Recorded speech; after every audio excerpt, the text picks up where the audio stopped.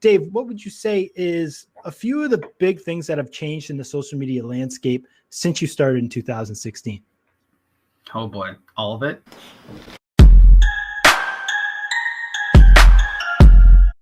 I think the number one push has been the shift from organic content to paid content.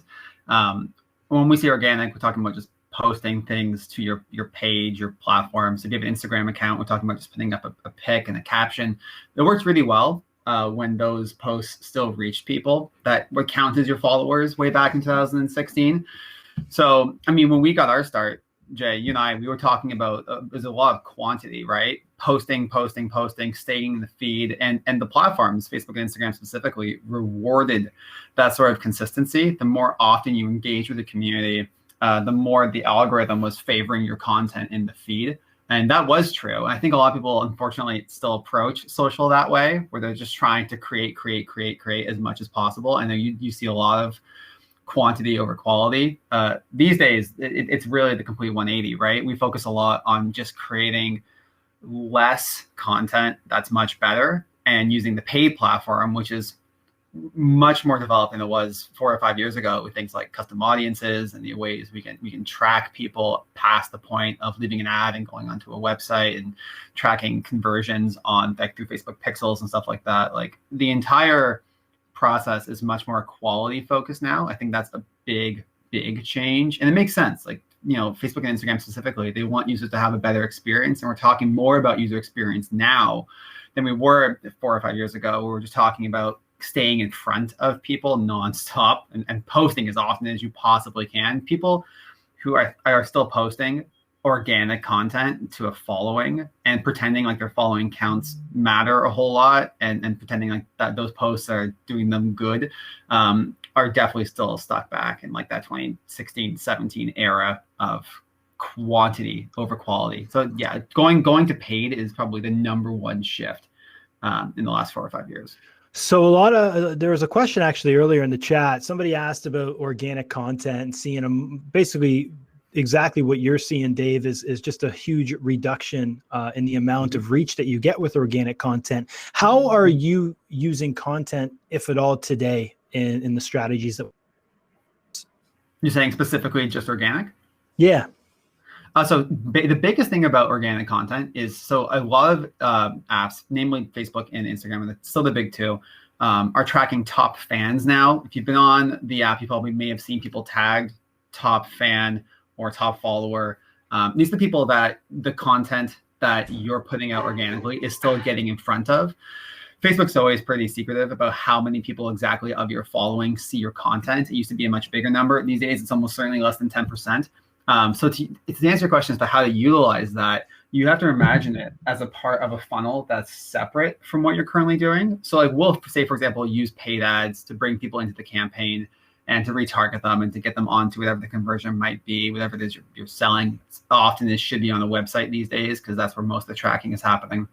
But you can utilize your organic posts still as, and thinking of them as like very, very hot ads going to a very nurtured audience. Even if you are just using paid ads to push people, I'd start with paid, of course, because that's actually where you're seeing the results. But even if you're just actually starting with a paid campaign to push people onto a website, there's no harm in still nurturing the organic following that is interested. At the end of the day, they're really your brand ambassadors, right? So the way to look at it is paid is where you're going to scale, right? Paid is where you're going to grow your business and actually reach new people and see conversions from potential customers that have never bought from you before. And that's really where we've seen the push, because people need to grow their businesses online, especially in a climate of prioritizing online sales. If you have a website that's built for that, and you should, but they're going to be leaving you 5-star reviews. People are going to come back for repeat purchases. That's who's seeing the content that you are publishing. So it is about doing a little bit of both. The problem, I think, is the people and the businesses that are focusing exclusively on that following and just saturating them with ad on top of ad on top of ad. They'll call them posts, but they're still asking for your money and they're still asking you to buy something. You want to use it differently. You want to use it as if you're talking to your top fans, right? Because that's what you are doing, as if you're talking to your brand ambassadors. So if you're an e-com website, just as an example, because those are very popular on social, your ads are what's making you that first sale. And you could then utilize your organic to say sell like supplementary content or supplementary products, right? Say you bought the big cash cow now, but did you know that we have this add-on and here's a discount for following the page, give us a 5-star, all that sort of stuff. It's all in who you're going after, what stage of the funnel they're a part of, and how you use that voice. Yeah, no, that's good stuff. And this is the stuff that Dave is talking about right now is not the content that's going to be featured in the video that we're going to be showcasing today, where it's more around the how to create that content. But what Dave is talking about right now is very important. And I do want to touch on it for 1 second in terms of what do you find is working really good right now on the paid side of it on Facebook for the campaigns that you're creating? So I think that's what I just scratched the surface of there, which is getting people off of the platform in strategic ways, in very like carefully planned ways, onto sites that can convert. The first step of launching any good paid campaign on social, that's again specifically Facebook and Instagram, but there are other platforms. Those are the big two. The first step is knowing how people are going to become a customer. And a lot of people just start running ads and bring people into a funnel that doesn't exist. You really have to start at the finish line and work your way back. For most businesses today, again, given the current global pandemic, for most people, that means creating a website that can accept payment for whatever your product or service is, and utilizing that as your goalpost, and then working back. And along the way, we're talking about a funnel that's going to provide some actual value, rather than that one organic post of somebody saying, I sell this thing, please, please, please come buy it. Because again, unless that's your organic following that's already nurtured, that's already a top fan of yours, they might. But if you're going on the paid side, these people have no idea who you are. Chances are you don't have the brand awareness on a huge scale. Like, look, if you're a gigantic brand, you're probably not asking me these questions. So if you're somebody who's getting into it, chances are most of your potential audience has no idea who you are.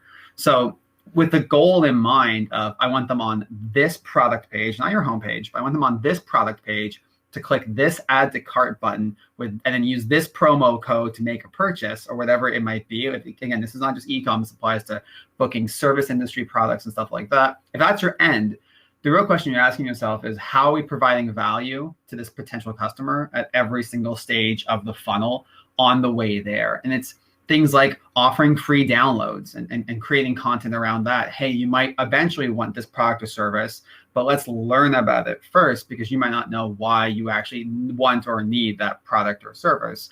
And that's how we nurture them through that funnel. A big part of it, to tie it into the conversation that's completely off topic, but what you're about to eventually hear, is using content that communicates this, right? Like, not just putting up some BS stock photo on your ad and saying you did a good job, but probably communicating to the brand new people on the paid side, your cold audience, that, hey, this is something you can learn about. This is an educational value add, and download this or engage with this. It doesn't have to be a download. It could be a video, right? It could be a quick 3 or 4 minute spot that just teaches someone something and shows them something they might not have seen as a problem or a need in the first place.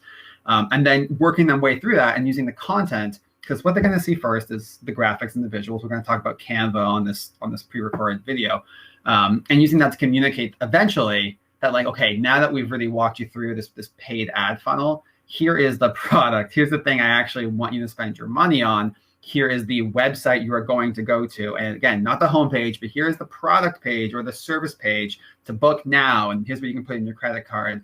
And figuring all of that out from beginning, middle, and end is the crux of a good paid campaign.